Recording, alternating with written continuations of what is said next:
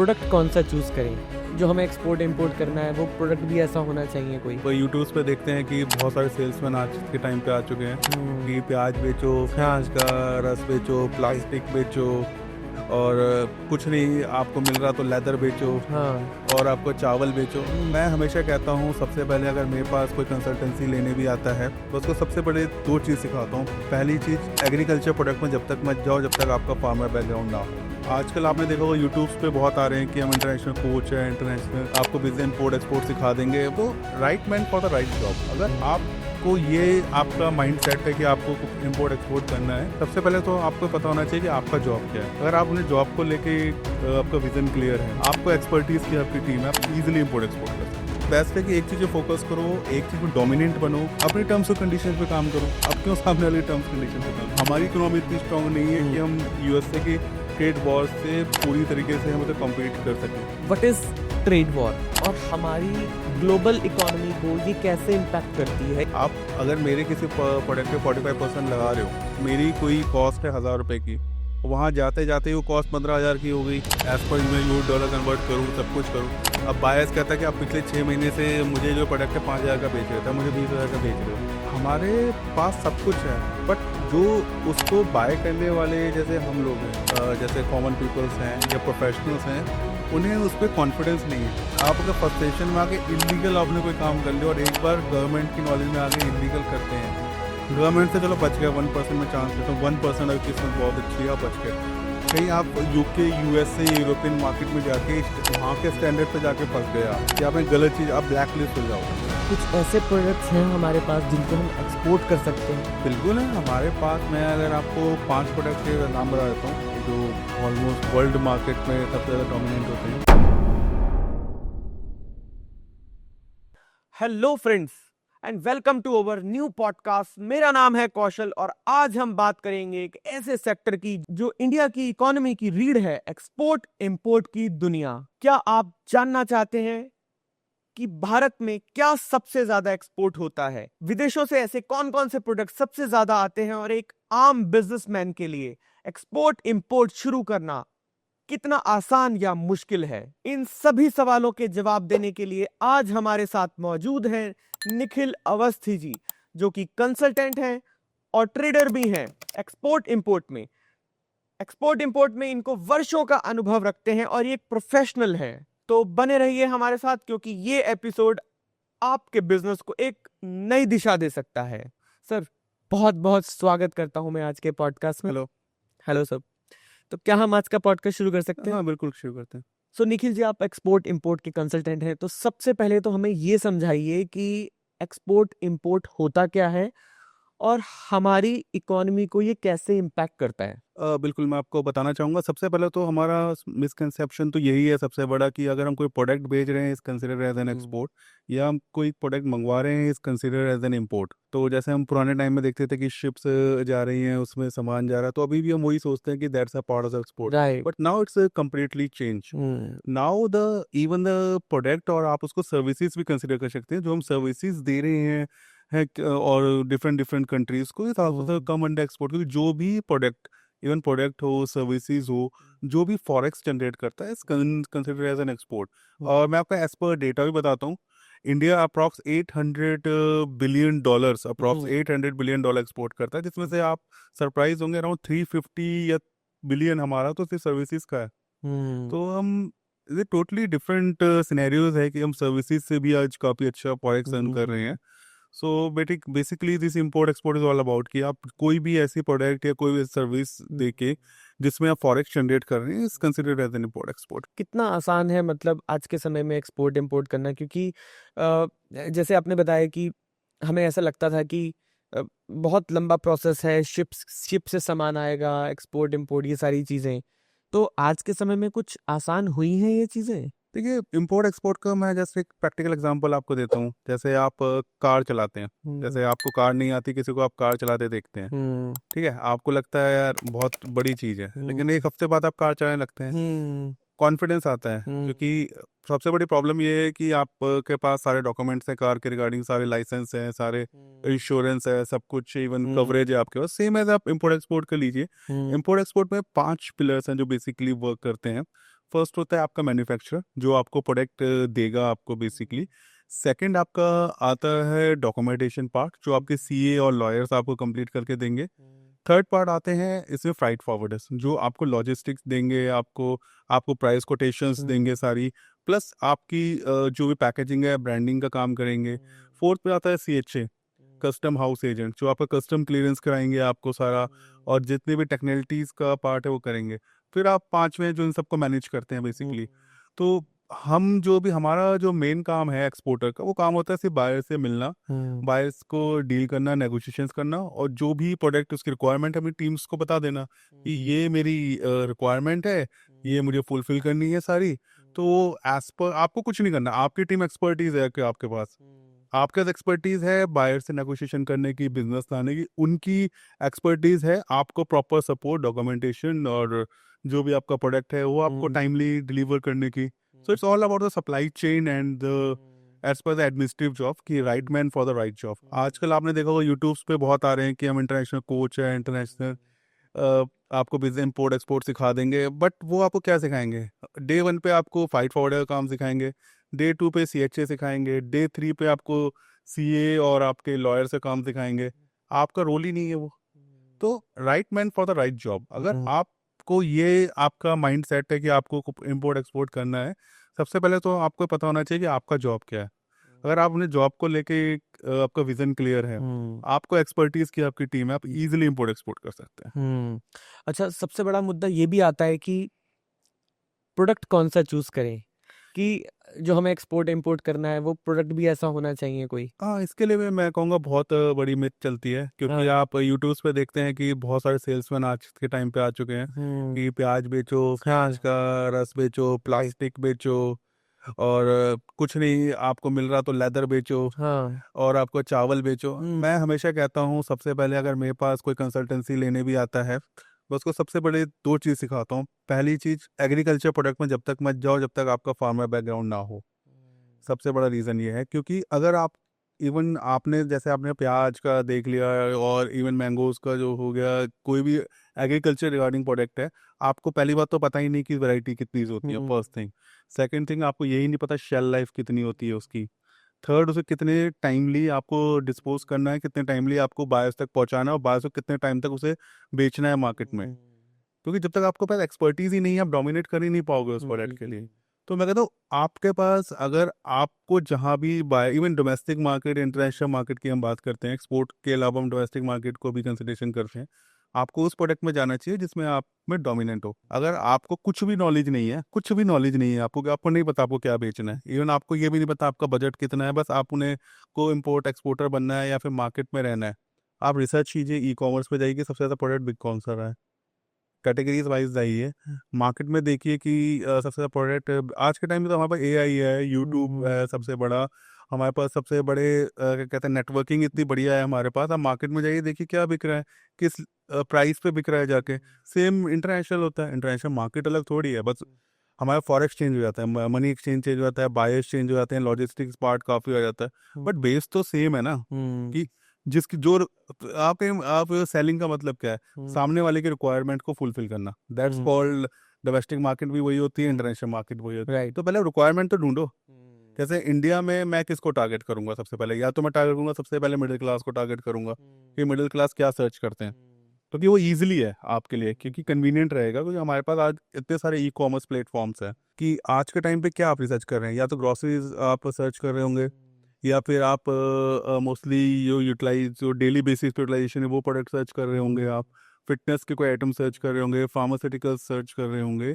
तो मैं रिसर्च करूंगा उसके ऊपर अलग अलग प्लेटफॉर्म पे जाके कि भाई पिछले 6 महीने में सबसे ज़्यादा सेल किस प्रोडक्ट की हुई है, आपको एक आइडिया लग जाएगा। ऐसे 5 मल्टीपल प्लेटफॉर्म्स पे जाइए, आप सेम इंटरनेशनल पे जाइए, अमेजोन यूएसए पे जाइए, अमेजोन यूके पे जाइए, अमेजोन यूरोप पे जाइए, तो आपको प्रोडक्ट से रिलेटेड आइडिया लग जाएगा कि आपको सबसे ज़्यादा क्या सेल हो रहा है। फिर आप उस हिसाब से अपना बजट बनाइए, उस हिसाब से मैन्युफैक्चरर के पास जाइए, उससे नेगोशिएशंस कीजिए। तो आपके पास ये, आपको कोई बिजनेस शुरू करना है डे 1 पे शुरू नहीं होता है, बट 1 डे शुरू हो जाएगा आपका। तो 6 मंथ्स का एटलीस्ट टाइम ड्यूरेशन रखिए, रिसर्च करिए, अच्छी एक ही स्ट्रीम लाइन पे रिसर्च करिए। ये नहीं कि आप मल्टीपल प्रोजेक्ट्स पे जा रहे हैं कि यार मैं पहले यूटिलिटी प्रोडक्ट्स में जाता हूँ, नहीं यार इसमें मुझे कुछ लग नहीं रहा है, फिर मैं एग्रीकल्चर में मूव हो जाता हूँ। यार एग्रीकल्चर में कुछ मज़ा नहीं आ रहा है, मैं लेदर में मूव हो जाता हूँ, या लेदर में कुछ है ही नहीं मेरे पास, तो मैं ABC प्रोडक्ट नहीं, एक ही स्ट्रीम लाइन रखिए कि मुझे यूटिलिटी प्रोडक्ट्स में जाना है तो मैं यूटिलिटी में ही जाऊँगा, मुझे फिटनेस में जाना है या फिर उसके रिगार्डिंग किसी में जाना है तो मैं उसी में ही जाऊँगा। तो it's all about the research. अगर आपकी रिसर्च स्ट्रॉन्ग है और मैन्युफैक्चरिंग मिलना आज के टाइम बहुत आसान है, बायर्स मिलना बहुत आसान है, गवर्नमेंट 100% आपको सपोर्ट करता है हर चीज़ के लिए। गूगल पे डालेंगे मैन्युफैक्चर इजीली। और अब मैं कहता हूँ आपको और भी सबसे सिंपल तरीका बताता हूँ, आपको कुछ भी नहीं पता, एग्जीबिशंस लगते हैं, इंटरनेशनल एग्जीबिशंस लगते हैं, आप वहाँ पे जाइए, वहाँ पे आपको सब कुछ मिल जाएगा, बायर भी मिल जाएगा, बायर की क्या रिक्वायरमेंट है वो भी मिल जाएंगी, ट्रेड फेयर्स में जाइए, एक्सपोज में जाइए, बहुत आसान है। अगर बट यही कि अपने आप को फोकस रखिए और स्ट्रीमलाइन रखिए और एक चीज पे फोकस रखिए, 10 चीजों पे डाइवर्ट ना हो। राइट। तो ये सबसे पहले तुम्हारी रिसर्च जो है वो स्ट्रांग होनी चाहिए। बहुत ज्यादा। अ, हम एक प्रोडक्ट डिसाइड करें सबसे पहले कि किसको हमको एक्सपोर्ट इंपोर्ट करना है, एक एक स्टेप करके हम आगे बढ़े। हाँ बिल्कुल, क्योंकि जब तक आपका माइंड ही क्लियर नहीं है, आप 10 चीजों पे फोकस कर रहे हो तो एक भी चीज नहीं कर पाओगे आप। राइट। जैसे बेस्ट है कि एक चीज पे फोकस करो, एक चीज में डोमिनेंट बनो और अपनी टर्म्स और कंडीशंस पे काम करो। आप क्यों सामने वाली टर्म्स कंडीशंस पे काम करते राइट। हैं उसके? Right. What is trade war और हमारी ग्लोबल इकोनॉमी को ये कैसे इम्पैक्ट करती है, या फिर हमारे बिजनेस को ये कैसे इम्पैक्ट करती है? देखिए बेसिकली ट्रेड वॉर का जो वर्ड है अभी रिसेंटली मार्केट में आया है, जिसे आप यूएसए से कनेक्ट कर सकते हैं कि उसका ये है कि आप जितना मेरे सामान पर टैक्स लगाते हैं, मैं उतना रेसिप्रोकल टैक्स बेसिकली आप पे लगाऊंगा।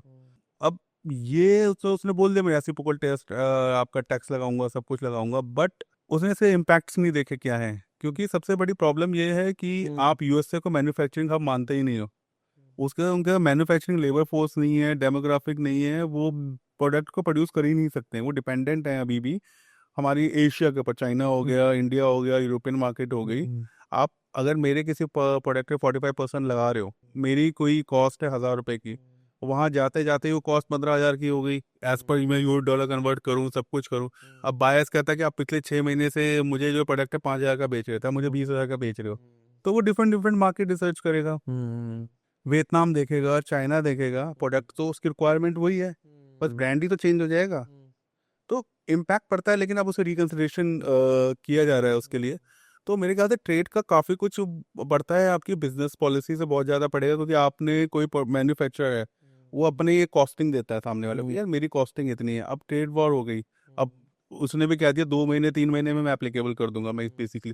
अब 3 महीने में जो 6 महीने पहले आपने ऑर्डर दे रखा है ऑलरेडी, या बाय का जो ऑलरेडी आपके कॉन्ट्रैक्ट साइन हो रखे हैं, अब ट्रेड वार तो कंट्रीज में है ना, आप नेगोशिएशन से क्या करोगे जाके कि यार ट्रेड वॉर हो गया, मेरा कमीशन बढ़ाइए, ट्रेड वॉर हो गई, मेरे को जा, वो नहीं देगा, वो कहेगा यार जो हमारे एज पर रिटर्न कॉन्ट्रैक्ट है वही करेंगे। राइट। एग्जाम्पल मैं आपको देता हूँ, अभी ट्रेड वॉर से में एक मैंगोज का बहुत बड़ा कंसाइनमेंट गया था आपका, ये आया था काफी न्यूज में।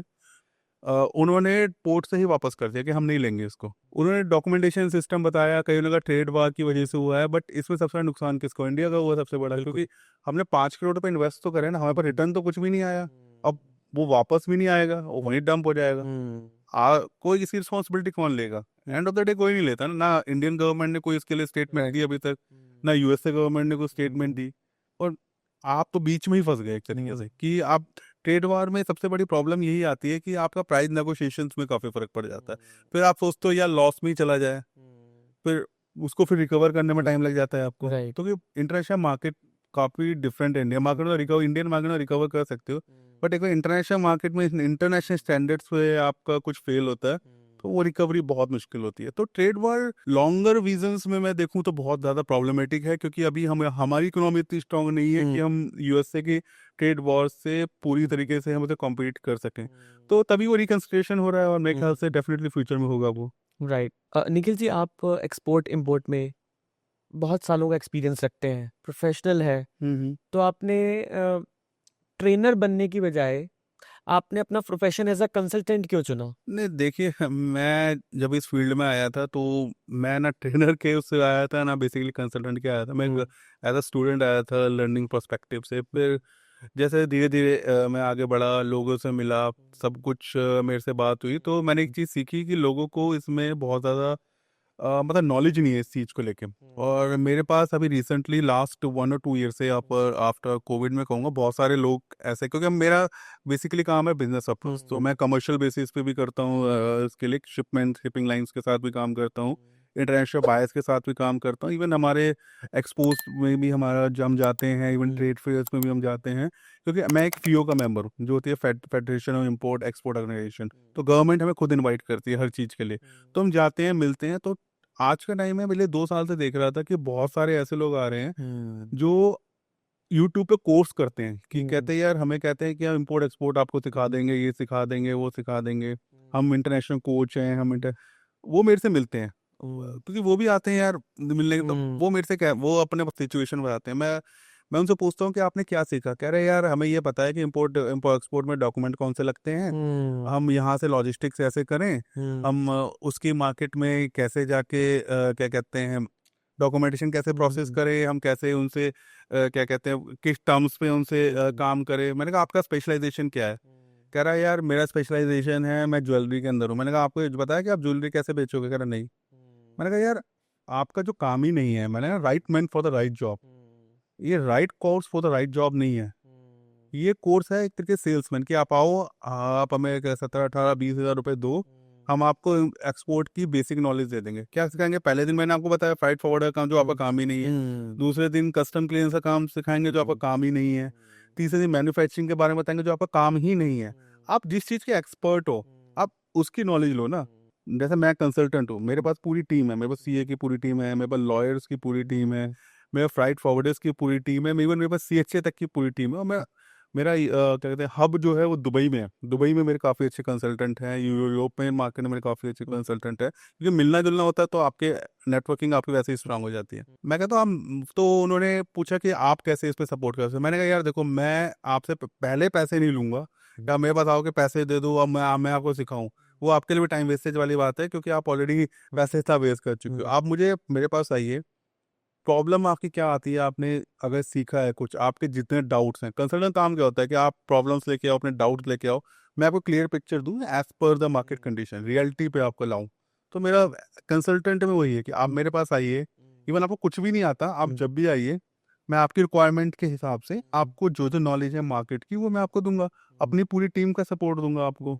अगर आपको इवन कुछ भी नहीं आता, इवन बस आपको पता है इम्पोर्ट एक्सपोर्ट करना है, उसका ए भी नहीं आता, मैं आपको वो भी सिखाऊंगा। मैं आपको ये भी कहूंगा कि आओ, कौन से प्रोडक्ट में जाना चाहिए, कौन सी रिसर्च करनी चाहिए, कैसे रिसर्च करनी चाहिए, पहले आपको इंडियन मार्केट में अपना पोर्टफोलियो बनाना चाहिए, कैटलॉग बनाना चाहिए, किस आपको एग्जीबिशंस में जाना चाहिए, कैसे एक्सपर्टीज लेनी चाहिए बेसिकली। तो मैं सबसे पहले उसको यही सिखाऊंगा कि अपने आप को एक्सपर्ट बनाओ, एक फील्ड का, एक प्रोडक्ट का, आप उसे मास्टरी हासिल कर लो। क्योंकि सबसे ज़्यादा स्कैम्स इसी बेसिस पे होते हैं आज के टाइम में, ऑल ओवर द वर्ल्ड की बात कर रहा हूँ।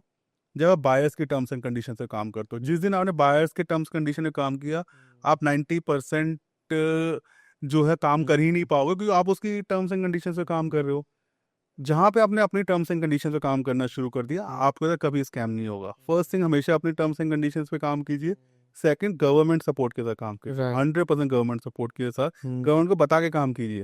आपके कभी लाइफ में ना स्कैम होगा, और बाकी सपोर्ट के लिए तो हम हैं ही, अगर आपको सपोर्ट चाहिए तो उसके लिए। राइट। बहुत लोगों की ऐसी इच्छा होती है कि उनको एक्सपोर्ट इम्पोर्ट का काम करना है, तो क्या कोई इंसान 25,000 रुपए से एक्सपोर्ट इम्पोर्ट का काम शुरू कर सकता है? 25,000, मैं आपको एक एग्जांपल पूछता हूँ आपसे, आपको फॉरेन जाना है, आप 25,000 में चले जाएंगे? शायद नहीं। उसके लिए क्या क्या चीज़ें चाहिए आपको? मैं जनरल पूछ रहा हूँ, आपको फॉरेन जाना है तो प्लान कर रहे हैं, आपको क्या क्या चीज़ें चाहिए उसके लिए? बिल्कुल।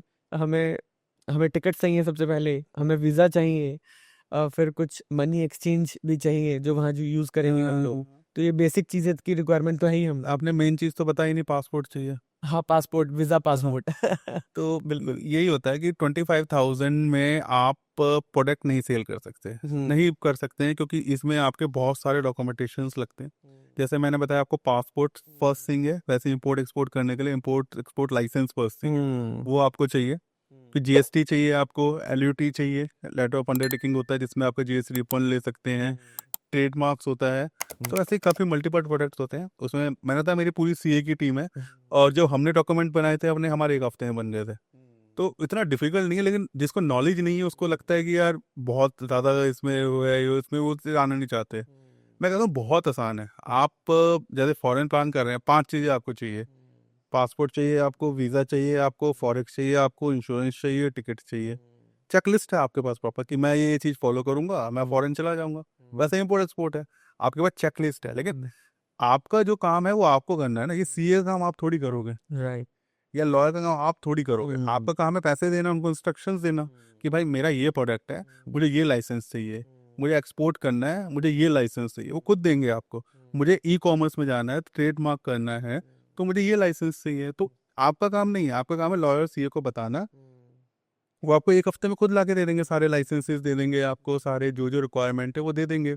25,000 में नहीं हो सकता है। सर्विसेज मैंने आपको बताया ना, एक वन पार्ट है सर्विसेज। सर्विसेज में भी आज के टाइम पे मैं नहीं कहूँगा कि 25,000 में आप शुरू कर सकते हैं, क्योंकि सर्विसेज के लिए भी आपको डिफरेंट डिफरेंट वेबसाइट पे आपको रजिस्टर करना पड़ेगा, अपना पोर्टफोलियो बनाना पड़ेगा। तो अगर आप एज अ प्रोडक्ट में जाना चाहते हैं, फ्रेशर हैं, सबको डॉक्यूमेंटेशन मिला के बता दो, इंक्लूडिंग ई कॉमर्स बनाना चाहूँगा, 2 से 5 लाख मिनिमम जो फर्स्ट टाइम आपका रहेगा। और अगर सर्विसेज में आप जाना चाहते हैं तो एटलीस्ट 50 to 75,000, क्योंकि डिफरेंट डिफरेंट वेबसाइट पे जाके आपको पोर्टफोलियोज बनाना है, उनकी रिक्वायरमेंट्स होती हैं, और फिर जो भी अमाउंट पे करना होता है उनके लिए, वो इन डिफरेंट कंट्री, कईयों में डॉलर्स में होता है, मोस्टली 90% डॉलर्स में होता है। जैसे यूरोपियन कंट्री में जाने तो यूरोज होता है, तो उसके लिए आपको फॉरेन चाहिए होता है। और अपना प्रॉपर पोर्टफोलियो, कैटलॉग्स, इवन आपको कुछ अपने सोशल मीडिया प्लेटफॉर्म से भी आपको प्रोफेशनली जाना पड़ता है। तो शुरुआत के लिए अगर सर्विसेज आप दे रहे हैं तो अराउंड 50 to 75।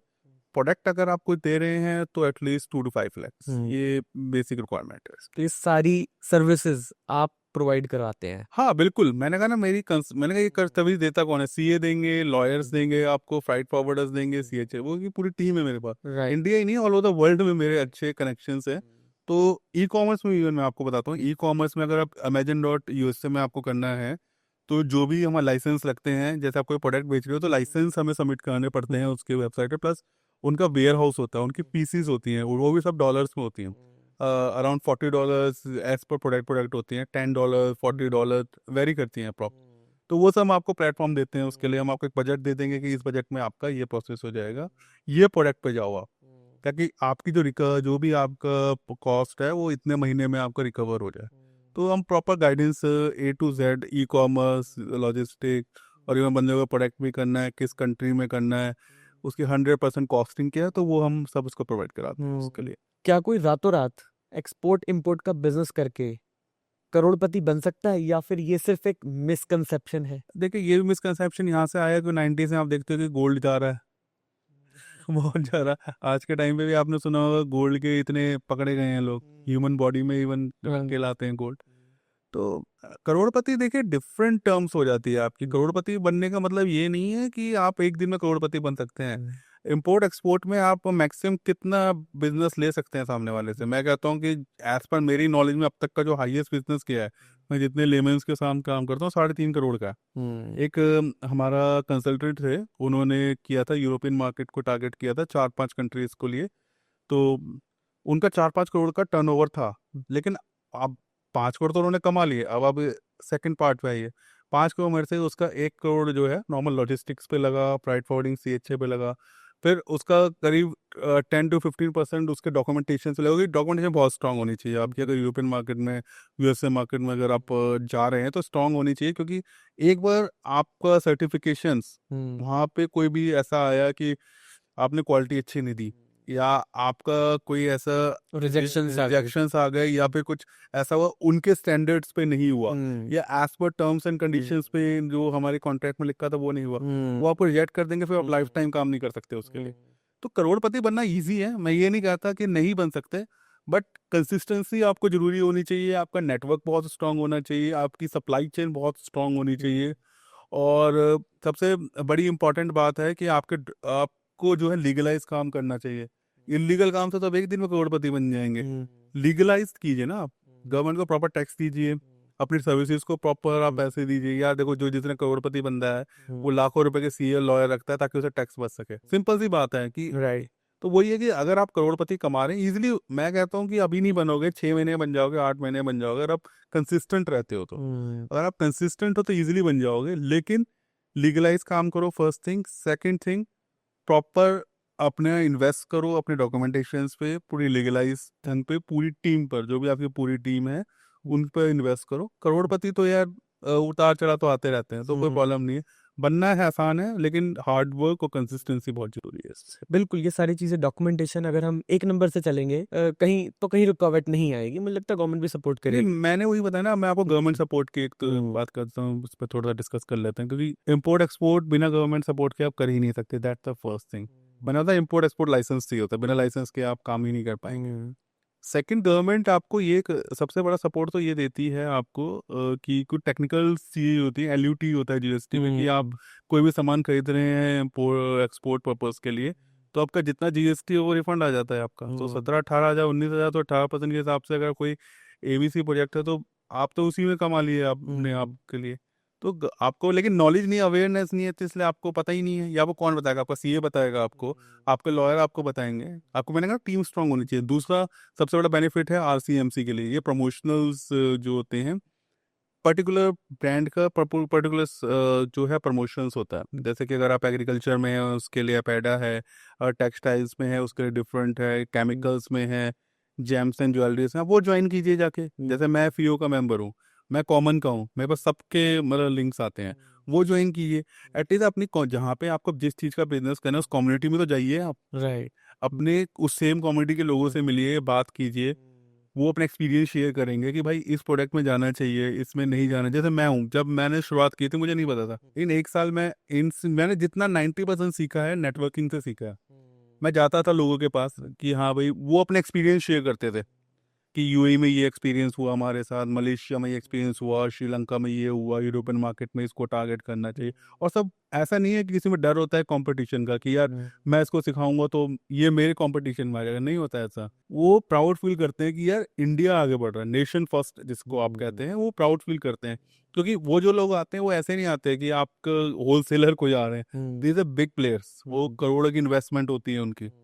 तो अगर आप उनके से मिलोगे, दे आपको बहुत अच्छी तरीके ट्रीट करेंगे।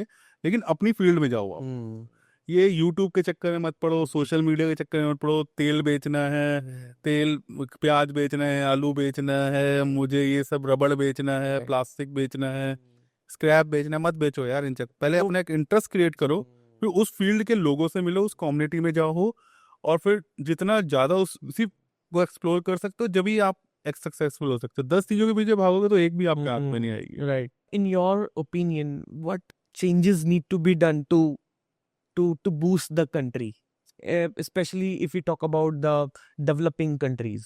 बिल्कुल, देखिए इसमें 3 चीजें मैं कहूंगा कि बहुत जरूरी है। First thing is education. ये हमारी एजुकेशन एज कम्पेयर टू, हम अगर हम कभी किससे कम्पीट करें, चाइना से, यूएसए से, यूरोपियन मार्केट से, यही हमारे मेन है। हम थोड़ी पाकिस्तान या उससे नीचे ऐसे कम्पीट करेंगे, क्योंकि हमारा कंपटीशन है ही नहीं। हमारा कंपटीशन है चाइना से, हमारा कंपटीशन है यूएसए से, यूरोपियन मार्केट से। चाइना यूएसए में है वन नेशन वन एजुकेशन। उनके बच्चे जो हैं वही, उनका कोई अगर फार्मर का बच्चा है वही एजुकेशन लेगा जो शायद मिनिस्टर का बच्चा लेता है। सारा गैप नहीं है कम्युनिकेशन, एजुकेशन और कम्युनिकेशन में गैप नहीं है। ये इंडिया में नहीं है। आप इंडिया के, मैंने तो इवन सोशल मीडिया पे तो देखा था, 8th क्लास का बच्चा था, वो 3rd या 4th के क्वेश्चन सॉर्ट आउट नहीं कर पा रहा था। तो बहुत ज़्यादा गैप है हमारे, क्योंकि हमारे यहाँ जब तक एजुकेशन गैप नहीं रहेगा, क्योंकि जनरेशन भी तो चेंज हो रही है ना अभी हमारी। अभी हम वही लास्ट 2 जनरेशन की पढ़ाई कर रहे हैं अभी हम, क्योंकि अभी हमारा सर्विस माइंडेड के हिसाब से हम काम कर रहे हैं। हमें एजुकेशन सर्विस में जा रही है। क्यों कर रही है? क्योंकि अंग्रेज आए थे, अंग्रेज से पहले मुगल थे, वो इंडियंस को क्या ट्रीट करते थे कि हमारे लिए काम करें, क्लर्क के काम, मतलब क्लर्क बेसिस पे काम करें हमारे लिए। तो ये उसी से स्टडी कर रहे थे, हम वही कंटिन्यू किए जा रहे हैं हमने। लेकिन मिनिस्टर्स के जो बच्चे हैं या जो कैपेबल्स हैं अपने बच्चों को पढ़ाने में, वो इसको लाते ही नहीं, वो अपने बच्चों को फॉरेन भेजते हैं। क्यों भेजते हैं? ताकि जो उनको वो अच्छी एजुकेशन ले सकें। वो सर्विस माइंड से आए ही नहीं, वो बिजनेस माइंड से। हाँ बिजनेस माइंड से आए हैं। और इवन उनका ये रहे कि उनको रूल कैसे करना है। सबसे बड़ी बात, अगर हम same one nation one education रखें और इसको पॉलिटिकल ना पॉलिटिकाइज ना करें हम इसको, और ये कर दें कि यार जैसे ऑपरेशन सिंदूर पे हुआ था, सारे पॉलिटिकल्स बैठ गए थे कि नेशन फर्स्ट है, हमें इस पर डिस्कशन नहीं करनी है। वन नेशन वन एजुकेशन पे अगर हम वर्क करें कि भैया जो बंदा फार्मर का बंदा वही एजुकेशन लेगा जो मिनिस्टर का बंदा ले रहा है, तो एजुकेशन गैप खत्म हो जाएगा। एजुकेशन गैप खत्म होने का सबसे बड़ा फायदा ये रहेगा, हम अपनी इकोनॉमी को बूस्ट कर सकते हैं, क्योंकि हमें पता है कि फार्मर का बंदा भी उसी स्किल लेवल से आ रहा है जिससे किसी कंपनी के सीईओ का लेवल से आ रहा है, लेकिन सीईओ के लेवल को जॉब की उतनी रिक्वायरमेंट नहीं है, लेकिन फार्मर के बंदे को जॉब की रिक्वायरमेंट है, तो स्किल्स पूरी कर रहा है मेरी जॉब के लिए, तो मेरे पास मोर स्किल फोर्स आएगी। सेम सेकंड जो पॉइंट है मैं आपका, राइट। चाइना के पास गया है, चाइना और हमारे पास सेम लेबर फोर्स है, सेम लेबर फोर्स है, उसके स्किल्ड लेबर फोर्स है, हमारे पास जो है नॉन स्किल्ड लेबर फोर्स है। That's the biggest problem. अगर हम अपनी जनरेशन्स को फर्स्ट, एक तो वन नेशन एजुकेशन पे फोकस करें, सेकंड वोकेशनल पे फोकस करें, नहीं मल्टी स्किल्स पे फोकस करें। जैसे कि चाइना में क्या है, चाइना में लोग टेक्निकल ज़्यादा होते हैं, उनको पूरा फ़ोन खोल के पता है कैसे यूज़ करना है, कारपेंटर्स हैं वो अच्छे।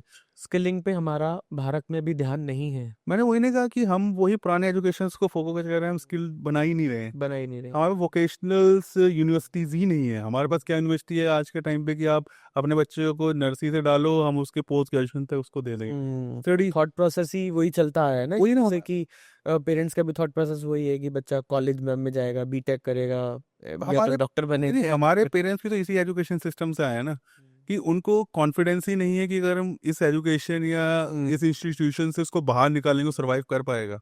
वो भी उसी से तो आए हैं, उसी बैकग्राउंड से आए हैं, उसी एजुकेशन सिस्टम से आए हैं, राइट। उसी सर्विस फ्लो से आए हैं, उसी पॉलिटिकल सिस्टम से आए हैं। उनको कॉन्फिडेंस ही नहीं है कि आज के टाइम पे क्या सोशल मीडिया है, तो आज के टाइम पे मल्टी स्किल्स किसको कहते हैं?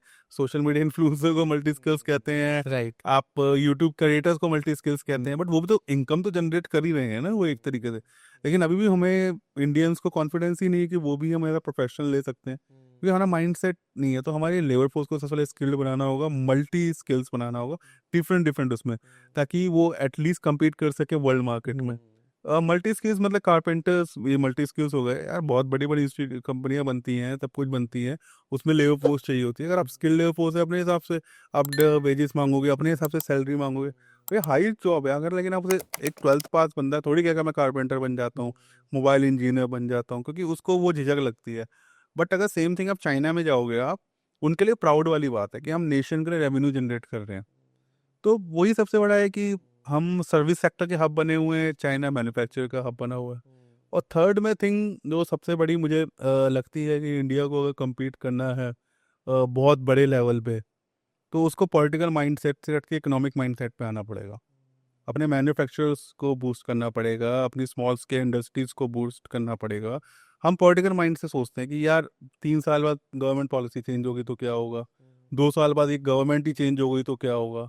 तो पॉलिटिकल माइंडसेट से बंदा आगे बढ़ ही नहीं पाता। वो कहीं ना कहीं गवर्नमेंट में जो लोग बैठे हैं वो अपना बेनिफिट देखते वही हैं उनको ही पता है यार, हम शॉर्ट टर्म के लिए आए शॉर्ट हैं, टर्म के लिए। हम 4-5 साल के लिए, हमें पता ही नहीं 5 साल बाद हमारा क्या होगा। तो वो भी अगर पॉलिसी बनाते हैं, ये पॉलिसी 5 साल की तो बनती ही नहीं है, 50 साल के लिए बनती है। वो क्यों बनाएंगे 50 साल की पॉलिसी जब उनकी जॉब सिक्योरिटी ही नहीं है? राइट। पॉलिटिकल लाइफ कितनी है? 5 साल की, 5 साल बाद आपको तो पता नहीं, गवर्नमेंट चेंज हो जाती है, फिर क्या करोगे आप? सो वही नेशन नेशन फर्स्ट वाली जो बात नेशन है फर्स्ट, ना। हाँ नेशन फर्स्ट हमें रखना चाहिए कि इन सब चीज़ों को। और दूसरा है कि पॉलिटिकल माइंडसेट से हमें इंडिया को नहीं देखना चाहिए, हमें इकोनॉमिक माइंडसेट से देखना चाहिए कि हम ऐसी कुछ पॉलिसीज बना दें जो कोई भी गवर्नमेंट आ जाए एबीसी, हमें ये पॉलिसीज चेंज नहीं करनी। हमने मैन्युफैक्चरर्स के लिए पॉलिसी बना दी है, हमने एक स्मॉल स्केल इंडस्ट्रीज के लिए पॉलिसी बना दी है, कंटिन्यू रहेगी फिर चाहे कोई भी गवर्नमेंट आए। तो इस माइंडसेट के साथ भी हमें जाना चाहिए उसके लिए। Right right. What do you think about the countries like China, USA? Why they dominant to global trade? सबसे पहले चाइना की बात कर लेते हैं कि वो डोमिनेंट सबसे ज़्यादा क्यों करती है। सबसे डोमिनेंट वो इसलिए करती है क्योंकि सबसे बड़े जो सेकंड लार्जेस्ट आपने जीडीपी सुनी होगी हमारी, वो अपनी जीडीपी का 1 ट्रिलियन अप्रॉक्स रिसर्च में खर्च करती है अपना। वो अपनी पूरी टीम सेटल करती है कि भाई वर्ल्ड में जो कुछ भी हो रहा है, कुछ भी हो रहा है, मुझे उसकी कॉपी चाहिए एक अपने देश में।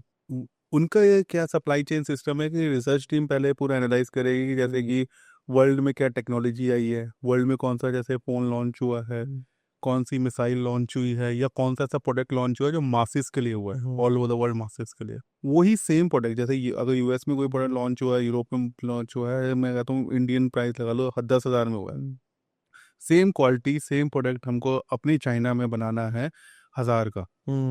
रिसर्च एनालिस्ट, क्योंकि उनकी सप्लाई चेन इस हिसाब से है कि एक रिसर्च टीम काम करेगी, फिर उसके बाद एक इंजीनियरिंग टीम उस पर काम करेगी, मार्केटिंग टीम काम करेगी, और फिर उसको जो लेबर वर्क फोर्स है उस पर काम करके एंड प्रोडक्ट देगी।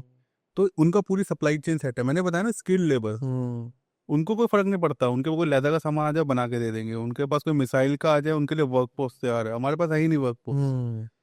That's the first thing, domination ये है कि उनकी पूरी सप्लाई चेन तैयार है, ए टू जेड उनको पता है कि स्किल्ड, हमारे पास स्किल्ड लेबर्स हैं, हमारे पास अच्छे इनोवेशंस हैं, हमारे पास अच्छे इंजीनियर्स हैं, हमारे पास अच्छा डेमोग्राफिक है, हमारे पास लेबर फोर्स की कमी नहीं है, हमारी सबसे बड़ी बात है अच्छी एजुकेशन है, हमें पता है कि किस बंदे को कहाँ पे सेट करना है। सबसे बड़ी बात है उनका विजन क्लियर है, उनके डोमिनेंस है हर चीज़ को लेकर। तो चाइना इसलिए सबसे ज़्यादा डोमिनेट करता है कि अपनी उसकी रिसर्च टीम बहुत स्ट्रांग है, उसकी सप्लाई चेन बहुत स्ट्रांग है, उसके पास अपने विजन बहुत स्ट्रांग है कि मुझे क्या करना है, मुझे किस तरीके से मार्केट को डोमिनेट करना है। मैं अगर मैन्युफैक्चरिंग फैक्ट्री हूँ ऑल ओवर द वर्ल्ड की, तो वो टैग मुझ पे से हटना नहीं चाहिए।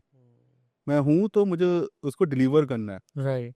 सबसे बड़ी बात वो है। तो उनके लिए नेशन फर्स्ट है कि भाई हमारा एक ये है कि हमें अगर मैन्युफैक्चरिंग फैक्ट्री बने हैं तो हमें से ऊपर जाना है, पीछे नहीं जाना है, बैक्स वो हर बैकफुट पे नहीं चीज जाना। में अपने आप को स्पेशलाइज्ड करना चाहते हैं ना। हाँ, स्पेशलाइज इन द सेंस आप ओरिजिनलिटी पे स्पेशलाइज नहीं कर रहे हैं अपने आप को। अगर 1% देखा जाए, वो अपने आप को स्पेशलाइज कर रहे हैं रेवेन्यू बेसिस पे, कि हमें इतना रेवेन्यू जनरेट कर देना है कि आप चाइना के अलावा कहीं सोच। आज के टाइम पे आप देखिए, फोन्स भी देख लीजिए, या कोई भी वर्ल्ड में कोई भी ऐसा घर नहीं है जिसमें कोई चाइनीज प्रोडक्ट ना हो। स्पेशलाइज उन्होंने किया हुआ है अपना। आप चाइना को ऐसा प्राउडली तो नहीं कहते ना कि भाई चाइना का कोई प्रोडक्ट आप यूज कर रहे हो, प्राउडली तो नहीं कहते आप चाइना का प्रोडक्ट यूज कर रहे हो, बट सपोर्टिव प्रोडक्ट तो है ना। आज के आप गांव में जाओ, कुछ भी जाओ, पहले टॉर्च चलते थे, नॉर्मली सब कुछ चलते थे, सेल यूज होता था, मल्टी चीजें यूज होती थी। आज में चार्जर वाले सेल टॉर्च ला के दे दिए। कि वो रिसर्च इसी तो करता है, ऑल ओवर द वर्ल्ड देखता है कि इंडिया के गाँव की इस चीज की रिक्वायरमेंट है, तो अगर मैं ये प्रोडक्ट इंडिया के गाँव में पहुंचाऊंगा तो लोग खरीदेंगे ही खरीदेंगे। यूएसए में इसकी रिक्वायरमेंट है, एबीसी प्रोडक्ट की रिक्वायरमेंट है, तो मैं वहां पे जाऊंगा तो यहाँ पे लोग प्रोडक्ट खरीदेंगे ही खरीदेंगे। ये उसकी रिसर्च टीम। देखो यार, देखो आप जीडीपी को 1 ट्रिलियन आप लगा रहे हो सिर्फ रिसर्च पे, मतलब 30-40% आप जो है सिर्फ रिसर्च पे लगा रहे हो, बाकी चीजें तो आपकी हाफ रेट्स में कवर हो रही है। बिल्कुल। उनकी सप्लाई चेन प्रॉपर बनी हुई है, इनोवेशन टीम डिसीजन लेगी, फिर वही इंजीनियर्स के पास जाएगा, इनोवेशन का मार्केटिंग टीम के पास जाएगा, मार्केटिंग के बाद जो उनकी लेबर्स फोर्स है उसके पास जाएगा, तो एंड प्रोडक्ट देके उसका देश में बेचेंगे। यार बिकेगा क्यों नहीं बिकेगा? अगर मेरी रिक्वायरमेंट है तो, अगर जैसे एग्जांपल देता हूँ, एप्पल है, सैमसंग है, फोन के साथ चार्जर नहीं देते हैं। अब मैं क्यों खरीदूंगा 3-4 हज़ार का एप्पल का चार्जर या फिर सैमसंग का चार्जर? मुझे 500 रुपये में चाइना वाला दे रहा है सेम चार्जर, मैं वो खरीदूंगा। तो ये उसका इनोवेशन टीम ने ही तो उसके लिए किया।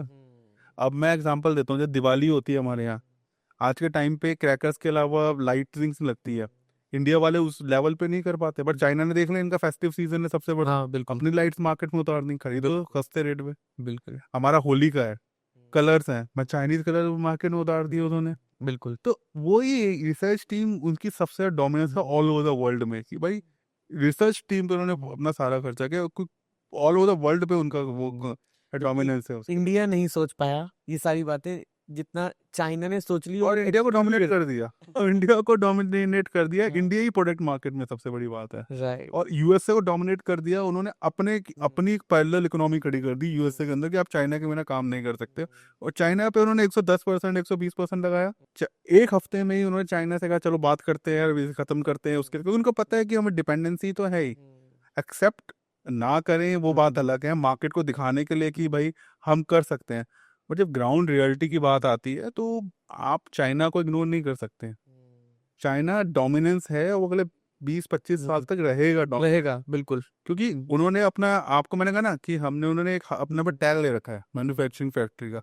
अब वो उससे हटना नहीं चाहते, कहते अब हमें से आगे ही बढ़ना है, पीछे नहीं हटना। तो सबसे इंडियन गवर्नमेंट चाहे जितना ही बोल ले कि हमें चाइना के प्रोडक्ट्स इस्तेमाल नहीं करने हैं, मगर ये रुकेगा नहीं।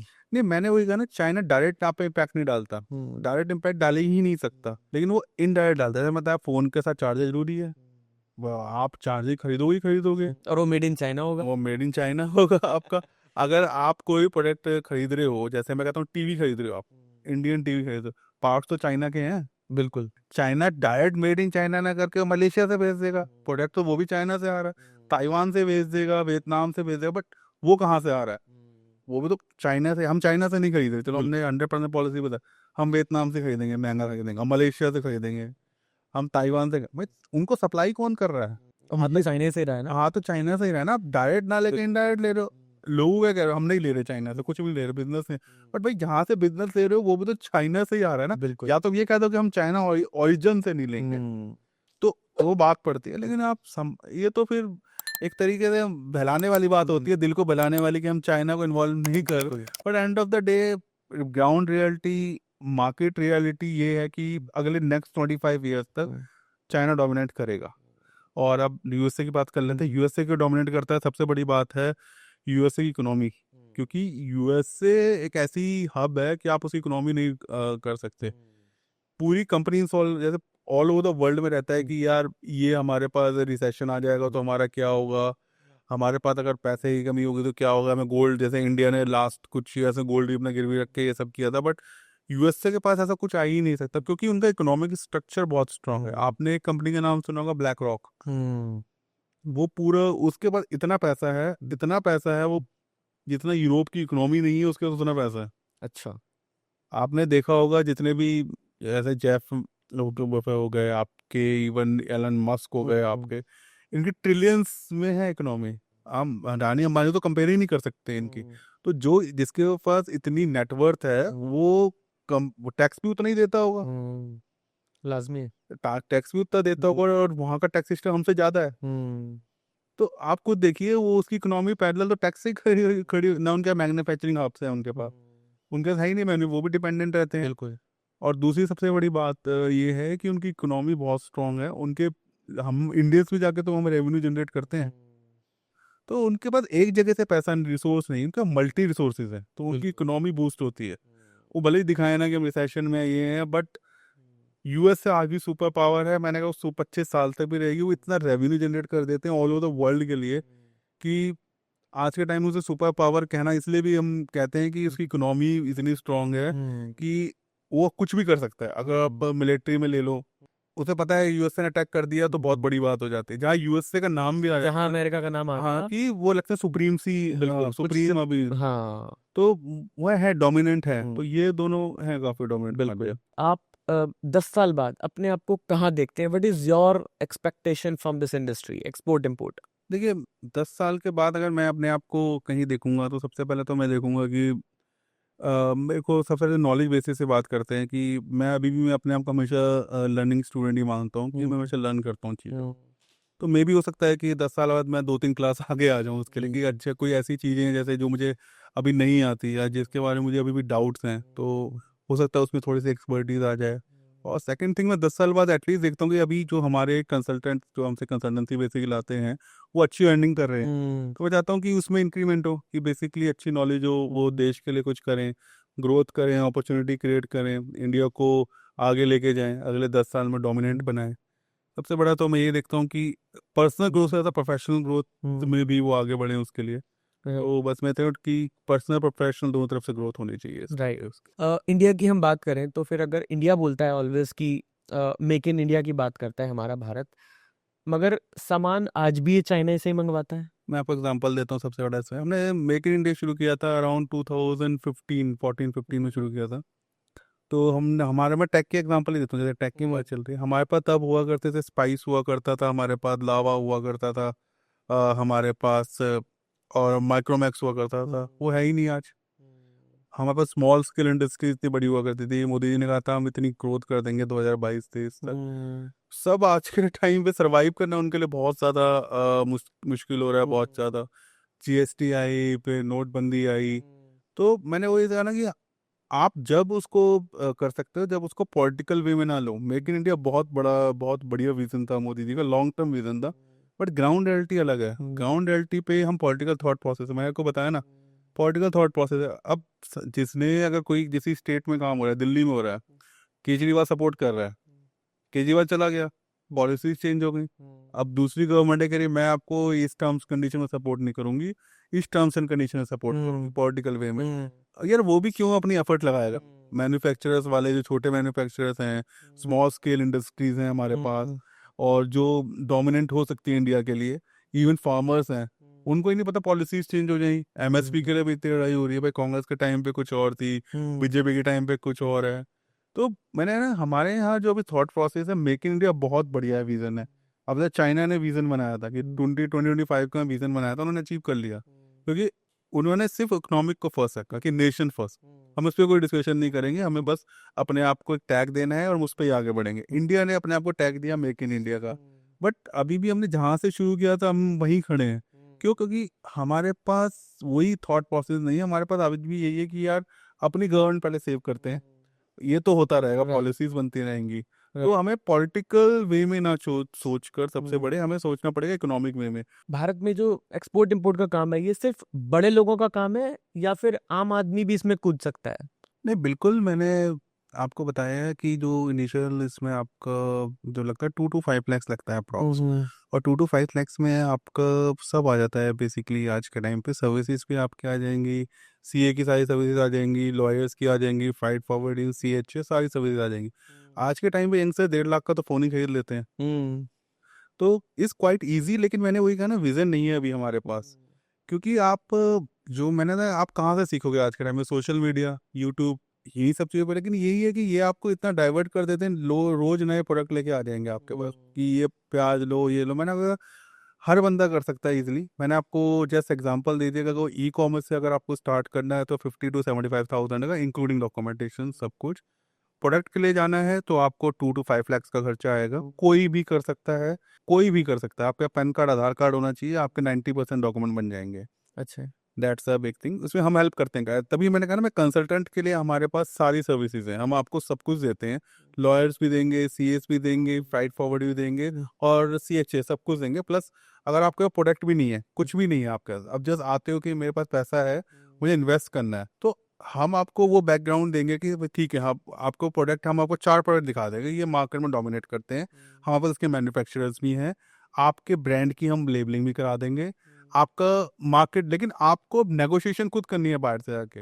हम आपको सिखा देंगे बायर्स कहाँ से मिलेंगे, गवर्नमेंट ही आपको बायर्स देगा, आपको अपना मार्जिन रखना है, आपको खुद उनसे नेगोशिएशन, वो हम सिखाएंगे सारा, कंसल्टेंसी में ये सिखा। लेकिन हम ये कहते हैं, फेस ऑफ बिजनेस, फेस आप हो, फेस ऑफ द बिजनेस हो अपने आप के।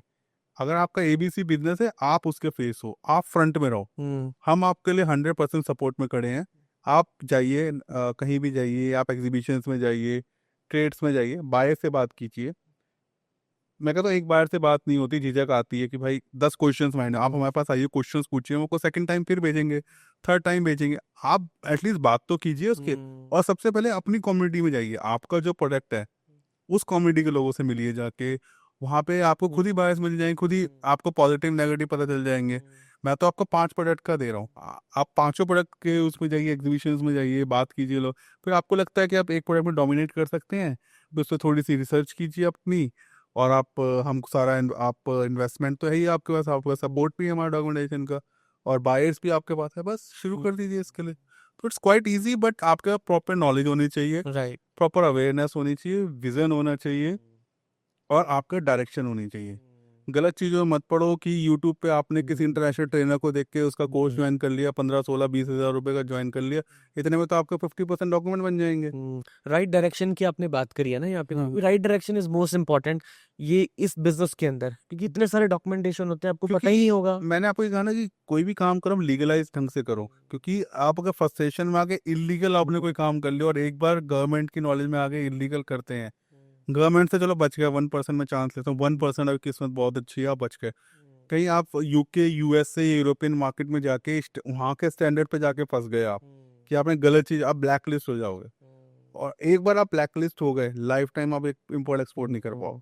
तो जो भी काम करो लीगलाइज ढंग से करो, अपना पूरे एफर्ट्स के साथ करो, प्रॉपर नॉलेज के साथ करो, इजीली सक्सेसफुल होते हैं। दुनिया का कुछ भी नहीं आता आपको, ई कॉमर्स पे चले जाओ, डोमिनेंस हो कि आप अपनी जॉब भी करते रहो, आपका कोई बिजनेस है, साइड बिजनेस कंसीडर करो। आपको इंटरनेशनल मार्केट में ही तो जाना है।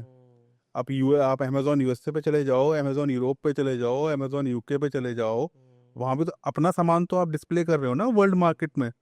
It's not about the product, मैंने आपको वही बताया, आपको इंटरनेशनल मार्केट में जाना है तो आपके पास बहुत सारे रिसोर्सेज हैं, आप जाइए।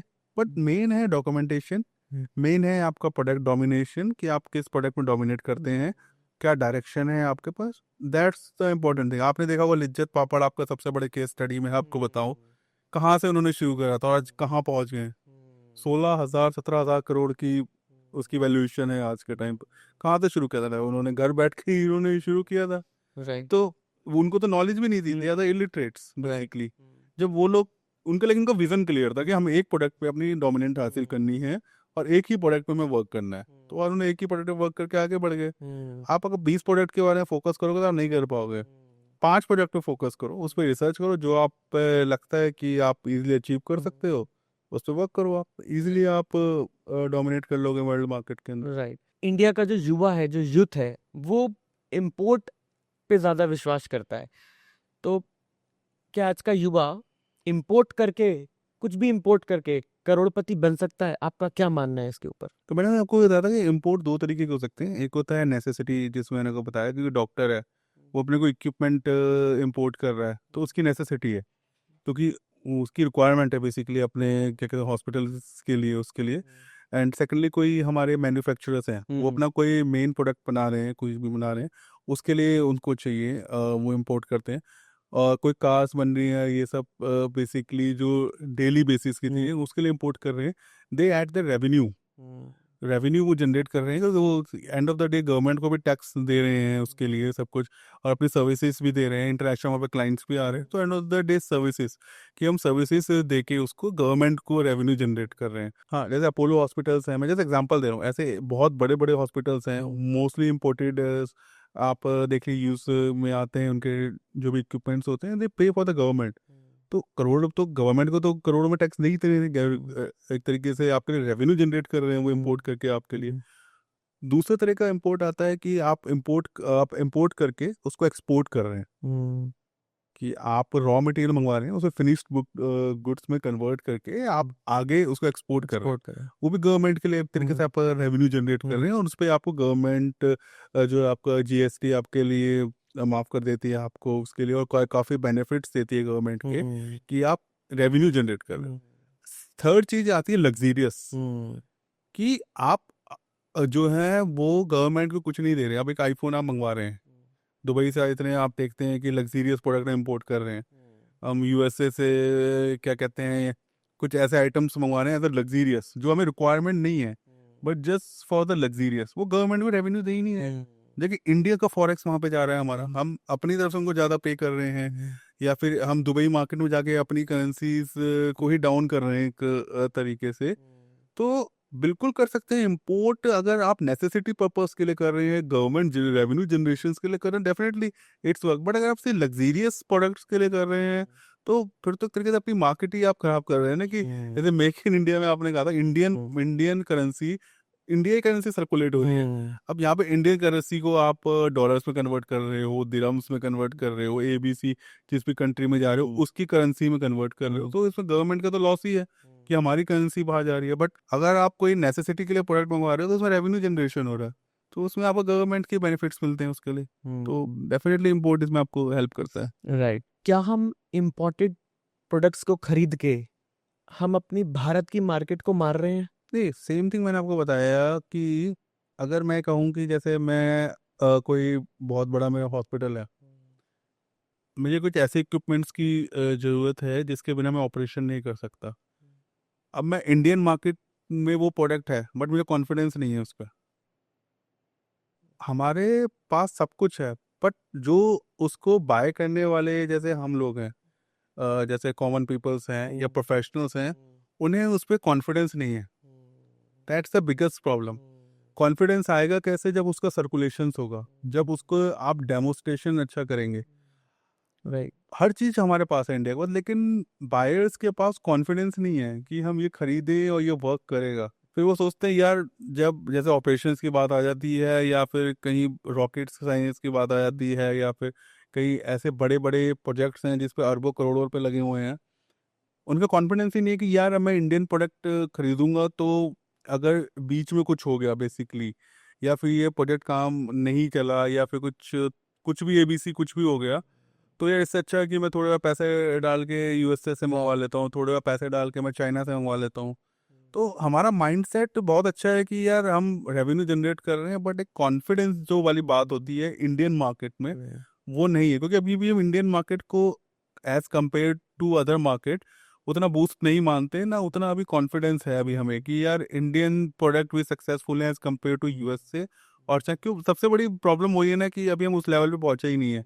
अगर हम एक्सपोर्ट अच्छा करना शुरू कर दें कि यूएसए में जा रहे हैं इंडियन प्रोडक्ट लोग यूज करें उसी चीज में। अच्छा, क्वालिटी भी बहुत बड़ी चीज होती है। अगर बिल्कुल, कोई मैंने कहा कॉन्फिडेंस आपको हर चीज मैटर करती है, क्वालिटी अच्छी है। अब जैसे मैं ऑपरेशन कर रहा हूँ, मेरे हाथ में एक एग्जांपल इंडियन सीजर है और एक यूएसए के सीजर है, तो यार मैं तो फर्स्ट यूएसए सीजर को प्रेफर करूंगा ना। वो एक ट्रस्ट भी है, एक हाँ, बिलीव भी है, ट्रस्ट भी है, क्वालिटी भी है। हाँ हाँ। तो अब वही अगर मैं आपको रेसिप्रोकल दूं, कोई यूएसए का अगर डॉक्टर है वो ये कहे कि मैंने इंडियन सीजर से ये ऑपरेशन कर दिया, लंग्स का ऑपरेशन कर दिया, माइंड सर्जरी कर दी आपकी, या फिर बहुत कोई बच्ची बड़ी सर्जरी कर दी आपने, लेकिन मैंने इंडियन प्रोडक्ट यूज करे, हाईलाइट हो गया, हमारे इंडियन से सब यूज करना शुरू कर देंगे। राइट। लेकिन हाईलाइट ही नहीं होती ना हाँ, चीज। चीजें हाईलाइट। अगर वहां के डॉक्टर या चाइना का कोई बंदा कहे कि मैंने इंडियन के प्रोडक्ट से ये कार बना दी, इंडिया के रॉ मटेरियल से मैंने कार बना दी, या फिर इंडिया के प्रोडक्ट से मैंने कोई रॉकेट तैयार कर दिया, तो हमें कॉन्फिडेंस आएगा यार इंडियन प्रोडक्ट से वहाँ अच्छा हो रहा है तो हमारे यहाँ भी परफॉर्म करेंगे ही करेंगे।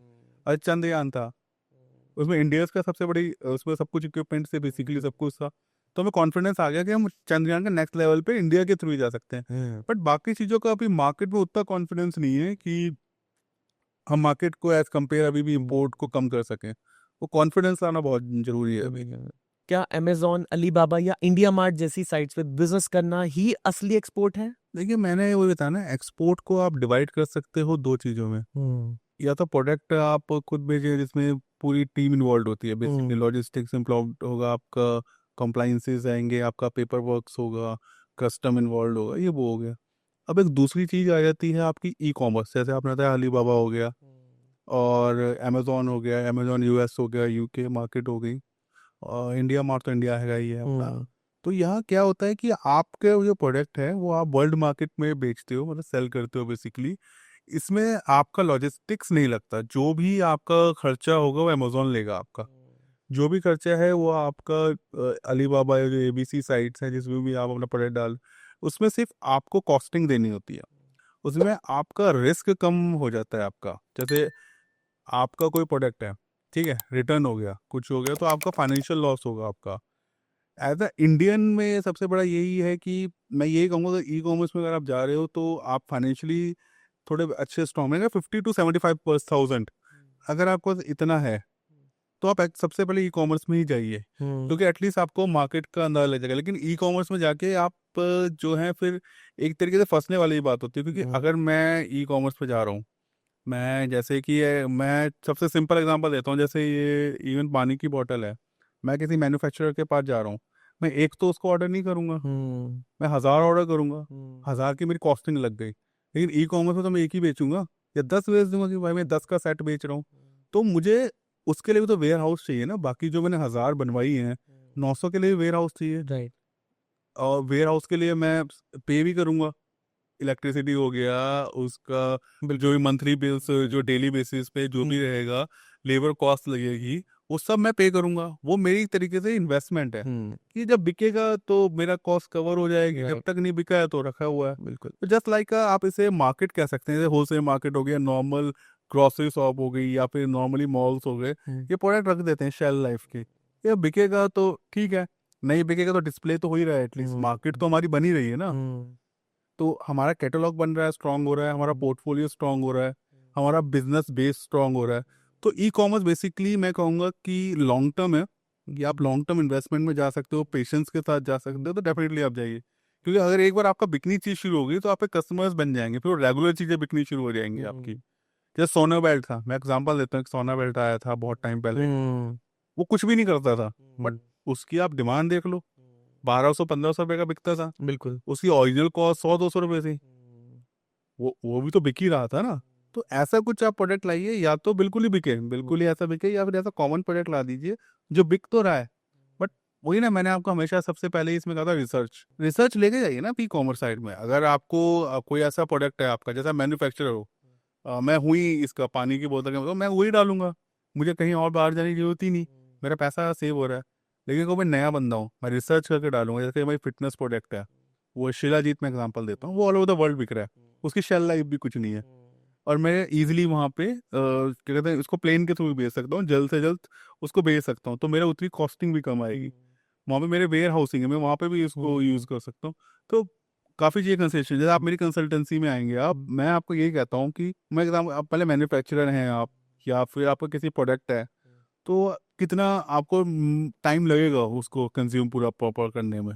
आप करोड़पति, जैसे आप कहते हैं करोड़पति बन सकते हैं, बन सकते हैं, बिल्कुल बन सकते हैं, लेकिन कंसिस्टेंसी जरूरी है कि प्रोडक्ट, किस प्रोडक्ट को आपने चूज किया है और कितनी डिमांड आप क्रिएट कर सकते राइट। हो उसके लिए। तो यही है सभी वो कॉमर्स अगेन मतलब। रिसर्च की बात आ गई यहाँ पर। हाँ हाँ हाँ, रिसर्च करना कर सकते हो, कंसिस्टेंट कितने हो, कितने पेशेंस हो आप, और कितनी जल्दी आप क्या कहते हैं, अपने आप को मल्टी स्किल्स कर सकते हो, कि एक प्रोडक्ट के साथ कौन सा दूसरा प्रोडक्ट आप इन्वॉल्व कर सकते हो, उसके लिए कौन सा ऐसा प्रोडक्ट है जैसे कि उसमें वैल्यू एडेड ज़्यादा कर सकते हो कुछ।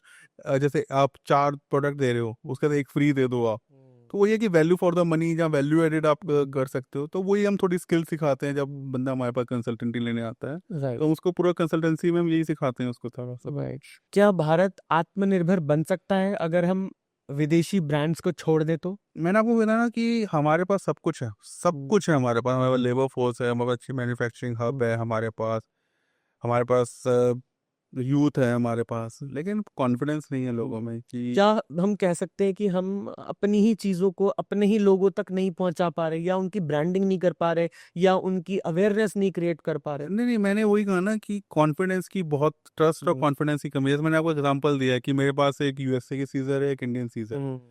जब तक हम अपने आप को वो हाईलाइटेड नहीं करेंगे तो लोग कैसे आएंगे आपके पास? आपको पता ही नहीं कि इंडिया में प्रोडक्ट बनते क्या हैं। आप अभी भी चाइना देखते हो, वियतनाम देखते हो, यूएसए राइट। देखते हो, आपको पता ही नहीं इंडियन मार्केट के बारे में। आप, वो कैसे पता होगा जब इंडियन गवर्नमेंट उसको हाईलाइट करेगी। आप अगर आज एक आईफोन खरीदते हो, वो मैं कहता हूँ मिनिमम से मिनिमम आईफोन भी 60,000 का आता है। सेम लेवल पे कोई अपना इंडियन ब्रांड लॉन्च कर दे और गवर्नमेंट कहते हैं कि मैं आपको 100% सब्सिडी दे रही हूँ, 100% आप इसे बेचो, और मैं आपको टैक्स में वो बेनिफिट दे रही हूँ, सब कुछ दे रही हूँ, कोई इंडियन ब्रांड आया है मेरे पास। गवर्नमेंट उसको कहते हैं कि भाई सेम फीचर्स आपको 5,000 या 10,000 15,000 में मिल रहे हैं, और उसको बेचे कि आप इसको खरीदोगे तो आपको ये बेनिफिट मिलेंगे। तो प्रमोशन भी बहुत जरूरी है ना, जब गवर्नमेंट ही इंटरेस्ट ले उसके अंदर कि मुझे इंडिया फर्स्ट में जाना है, कि आप इंडियन प्रोडक्ट लो तो हम आपको ये बेनिफिट देंगे, तो हमारी इकोनॉमी भी स्ट्रांग होगी, क्योंकि मैन्युफैक्चरर्स भी आगे आएंगे, मार्केटिंग टीम उसके लिए आगे आएगी, लेबर फोर्स आगे आएगी, तो बहुत सारी चीज़ इन्वॉल्व होंगी उसके अंदर। लेकिन सबसे ज़्यादा जरूरी है ट्रस्ट बिल्ड करना, उसकी मार्केट बिल्ड करना, उसको अच्छा प्रमोशन देना, प्लस बेनिफिट देना और वैल्यू फॉर द मनी देना। अगर ये सब चीज़ हम कंबाइन करके उसको एज अ शोकेस करेंगे तो डेफिनेटली हम बीट कर सकते हैं उसके लिए। End of the day money matters होता है, वैल्यू फॉर द मनी होता है। राइट। तो ये दो चीज़ें मेन है इसके। राइट। क्या भारत वर्ल्ड फैक्ट्री बन सकता है चीन की तरह?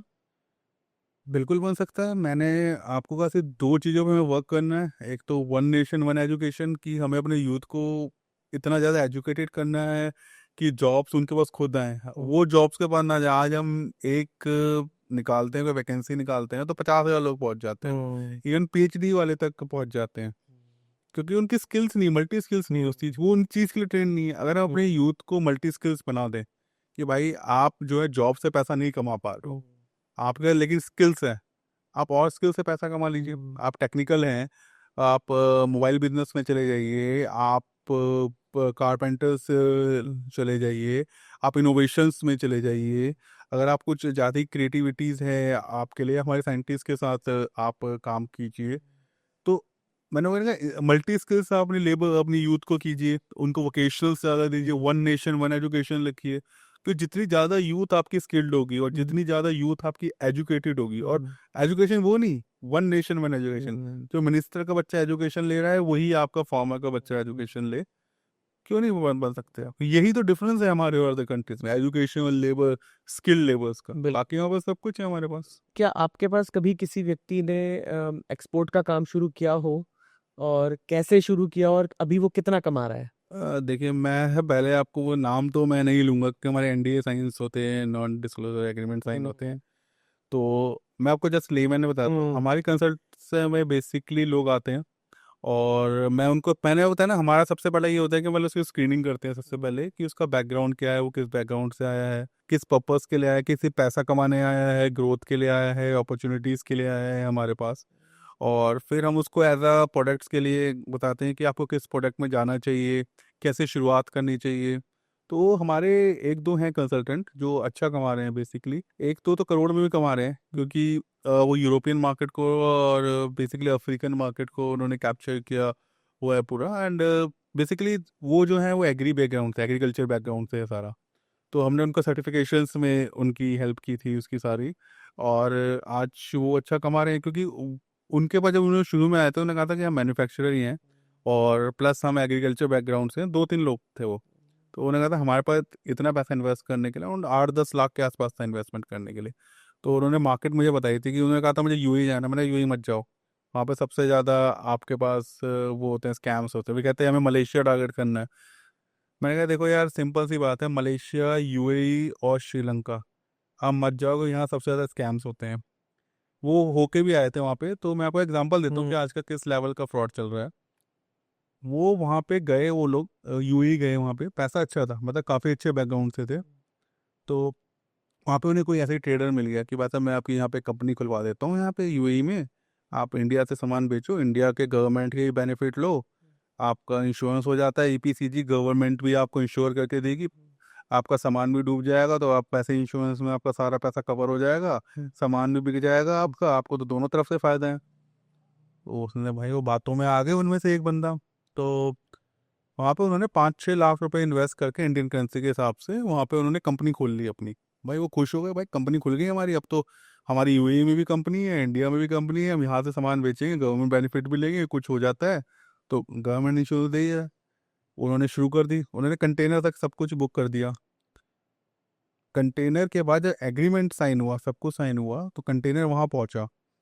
वहाँ पहुँच के उन्होंने कहा भाई ये तो सैंपल है, हमें एक्चुअल प्रोडक्ट तो आप दोगे, अब हम पहले सैंपल टेस्ट करेंगे, सब कुछ टेस्ट करेंगे, इसके बाद हम आपको बताएंगे। कह रहे आपने एग्रीमेंट नहीं पढ़ा था? कह रहा यार एग्रीमेंट ये तो हमने पढ़ा ही नहीं था। कह रहा जब हम एक्चुअल प्रोडक्ट देंगे आपको सैंपल के, तब आपको पैसे वैसे की बात होगी, अभी तो हम सैंपल यूज कर रहे हैं। और 4 पता नहीं 5 टन के कुछ एग्री प्रोडक्ट थे जो मैंने आपको, एक तो प्याजी था और एक दो प्रोडक्ट्स और थे, वो बेचे थे उन्होंने। अब वहां जाके उन्होंने कहा चलो ठीक है, कंपनी तो है ही। वहां जाके पता चला कि जो उस बंदे ने उसको लाइसेंस दिलाया था कंपनी का, वो 4 महीने में खत्म हो गया, एक्सपायर हो गया। उनको पता ही नहीं कि शॉर्ट टर्म था, लाइसेंस था क्या। कह रहा सर अब आपको लाइसेंस रिन्यू करना है या नया लाइसेंस बनवाने में 8-10 लाख रुपए और लगेंगे आप। अब वो कह रहे यार हम तो कहीं के नहीं रहे, हमारे 5 लाख रुपए भी डूब गए, हमें नॉलेज ही नहीं थी।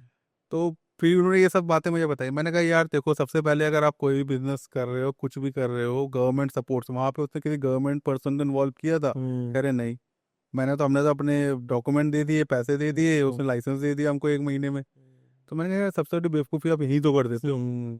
इम्पोर्ट कर रहे हो, एक्सपोर्ट कर रहे हो, ऑल ओवर द वर्ल्ड कहीं भी कर रहे हो, गवर्नमेंट को इन्वॉल्व जरूर करो। गवर्नमेंट को अगर आप इन्वॉल्व कर रहे हो, आपके स्कैम होंगे नहीं। हमारे गवर्नमेंट की एक बहुत बड़ी ऑर्गेनाइजेशन है ईपीसीजी करके, जो सारा हमारा इंश्योरेंस कराती है। बेसिकली उसका काम ही यही है कि आप उसके बाद हमारे, हम जैसे सेमिनार्स में जाते हैं उनके, तो वो सबसे पहले हमें यही बताते हैं कि आप हमारे पास आओ। उनके टर्म्स एंड कंडीशंस होते हैं कि कितने प्रोडक्ट पे कितना वो चार्ज करते हैं।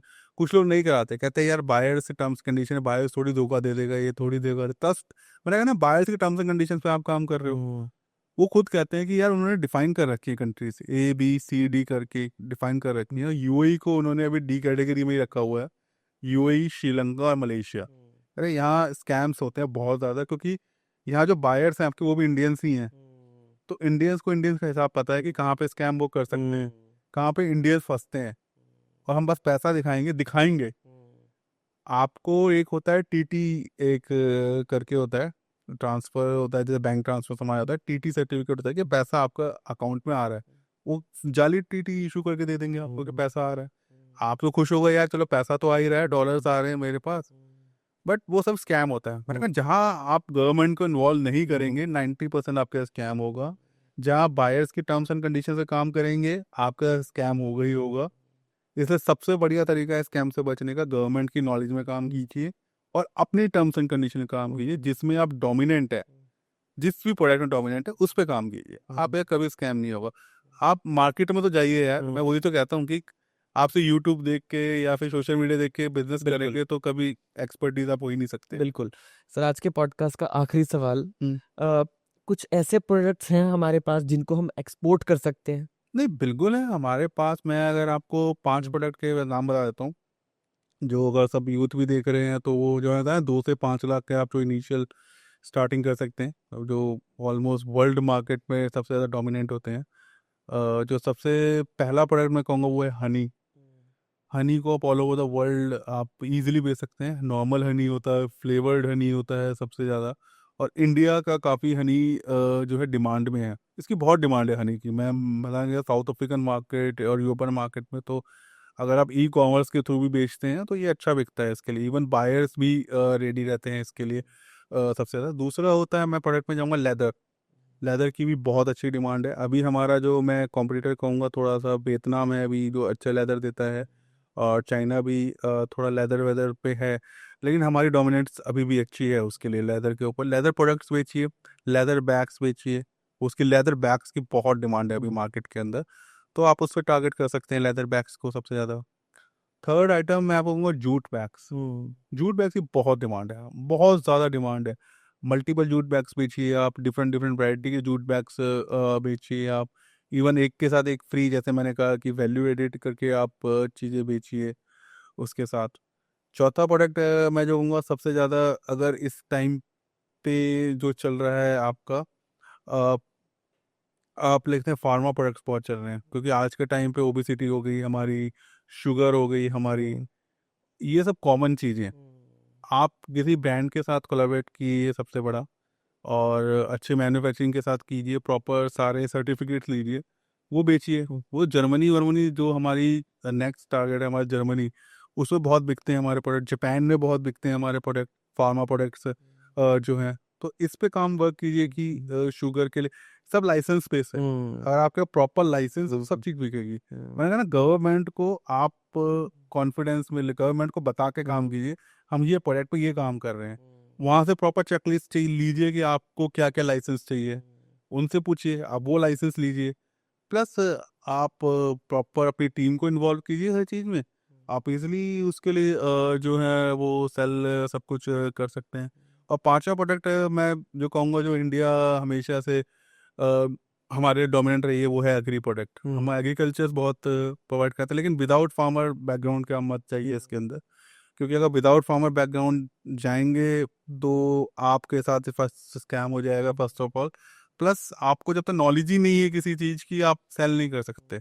तो उसी चीज़ में जाइए जिसको आप डोमिनेट कर सकते हैं, जिसको आपको ए टू जेड अच्छी नॉलेज हो, और प्लस अपनी टर्म्स और कंडीशंस पे आप काम कर सकें। तो ये अच्छे प्रोडक्ट है जिस पे आप वर्क कर सकते हैं। बाकी आप आइए हमारी कंसल्टेंसी में, हम तो आपको प्रोडक्ट बता ही देंगे सब इसके लिए। बिल्कुल, बिल्कुल। सो व्यूअर्स, मैं आशा करता हूँ आपको आज का पॉडकास्ट हमारा बेहद पसंद आया होगा। एक्सपोर्ट और इंपोर्ट की जानकारी हमने इसमें देने की कोशिश करी, और निखिल जी से हमने बात करी, और बहुत सारी अहम जानकारियाँ हमने डीप डाइव करने की कोशिश करी है। अगर आप भी एक्सपोर्ट इंपोर्ट में आना चाहते हैं या अपना कदम रखना चाहते हैं, तो आप निखिल जी के साथ कॉन्टैक्ट कर सकते हैं। इनके नंबर्स, इनके कॉन्टैक्ट डिटेल्स हमारे पॉडकास्ट के डिस्क्रिप्शन में होगी, आप वहां से लेके आप इनके साथ कांटेक्ट कर सकते हैं। और बने रहिए हमारे इसी पॉडकास्ट में। हमारा नेक्स्ट पॉडकास्ट जो होने जा रहा है वो होगा कॉइन ट्रेडिंग्स के ऊपर और सोशल मीडिया बिजनेस इम्पैक्ट के ऊपर। तो बने रहिए हमारे साथ। तो आज का पॉडकास्ट हम यहीं पर वाइंड अप करते हैं। Thank you so much. Thank you.